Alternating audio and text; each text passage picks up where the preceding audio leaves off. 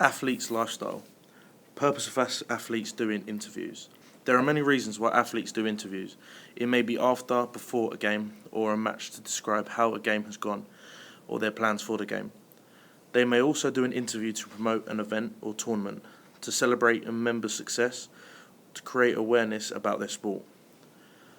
They may do an interview to recruit participants by highlighting the reasons why people choose to get involved, connecting with sponsors to create mutually beneficial messages, and they may also do an interview to attract media attention by promoting interesting stories. There are many different types of interviews. The two I have chosen are post-match interviews and newspaper interviews. In post-match interviews, interview players will talk about the game, saying what went well by themselves and their teammates, and what they will be doing in the next game. So post-match interviews are very much specific to an example.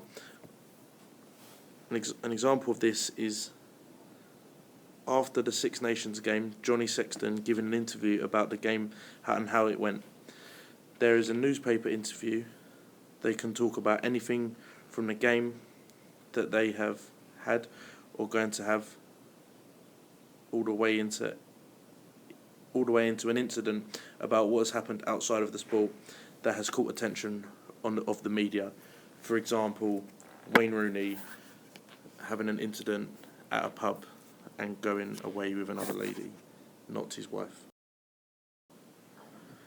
There are different significant others that a player would meet at different times. For example, the public and fans, they will see when they are doing public interviews or after a game when they go and see their fans. Another one is sponsors. They will go and see them to communicate with them when they're going into a new season or for a new kit or equipment to be sponsored. For example, Adidas sponsoring New Zealand rugby, and then before the game having an interview to make sure that they are the right sponsors for them.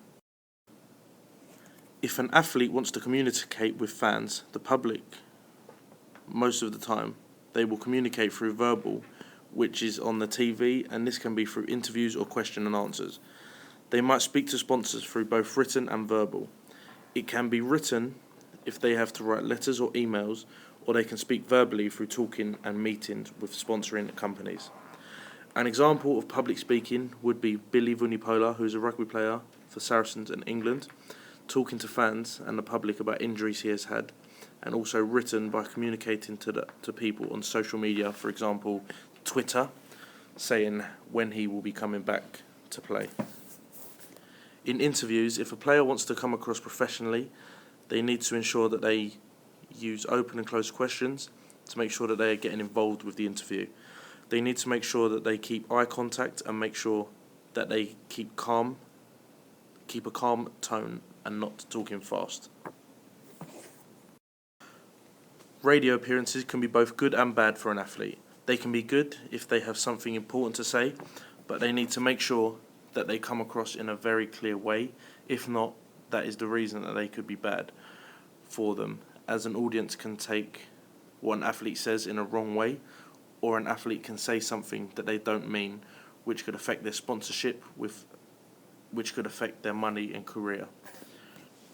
It can also affect their relationships with their clubs and fans. For example, a player in an interview on the radio saying something that may seem racist, that can affect their club and their fans and sponsorship.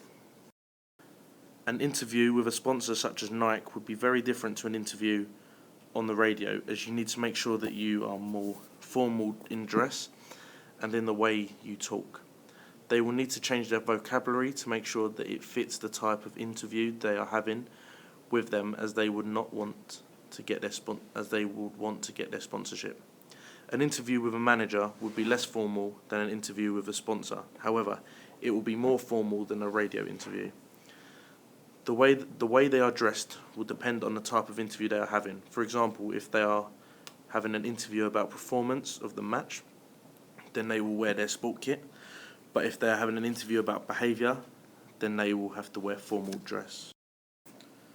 The importance of planning for interviews. There are many different things that are important to plan for an interview. The first is dress, making sure that you are dressed appropriately for the interview. Second, making sure that you are prepared for the interview and any questions they may give you so you not get caught out. To build up confidence, you can do this by doing interviews with your friends and family as if they are the interviewer. This will build confidence and also will build your knowledge of the questions that they're going to give you, enabling you to answer questions on the spot. And finally, you also need to know your audience. This can help with some of the answers to the questions as well, and the way you dress. It is very important to plan for a career in sport, as this means you are able to make a career in your sport and advance in your skill. However, you need to plan for a backup career as well. An example of this is Maro Itoje, a rugby player who, while playing for England, was at university getting his BA in politics to make sure when he retires from rugby, he has a backup job. This is very common in rugby, as you have to retire from such a young age, as your body will not be physically capable of carrying out the activities you have to do. This means you have to have a backup career to make sure that you still have money to live, as rugby will not be forever. Goal setting is very important for both professional athletes and amateur athletes. This to help athletes get to where they want to be, such as getting a professional league or just getting better at a specific skill. SWOT analysis. This is a study undertaken by an organisation or athletes to identify internal strengths and weaknesses, as well as external opportunities and threats. The athlete I've chosen in my class is Corey, and his sport is running. His strengths are he has a low fat percentage, good cardiovascular endurance, knowledgeable, good technique in running, and he is very dedicated. His weaknesses are he smokes, not much motivation, and has a foot injury. His threats are lack of training, which could lead to a decrease of performance. His opportunities is to become a running coach in the future. The goals are the athlete that I chose wants to be able to join a club and wants to be able to get back into his training.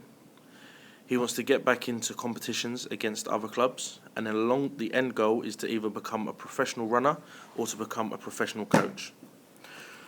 One of his weaknesses is motivation, so his target needs to be able to make it to all of his training sessions and to be able to get into competitions against other clubs, and to also be able to build up a better technique to improve his running skill. A way of improving this is to keep turning up to sessions and listening to the advice from the coaches. The SWOT analysis for a coach. A strength for being a coach would be able to build relationships with other players and other coaches to get a better understanding of the sport. The threats are making sure that all the players are up to date with the coaching and making sure that you know the new rules and regulations if there are any new ones. The weaknesses are that there is a lot of time needed to be put in, and if there is no motivation, then the players are not going to get the most out of their training sessions. The opportunities are to gather new information of the sport, to build relationships with other coaches and runners, and to be able to have a career in sports as that he has a passion for. The goals. The short-term goal is to join a club and to gather information about becoming a coach. The medium-term goals is to help out with training sessions, and long-term goal is to be able to be a professional coach.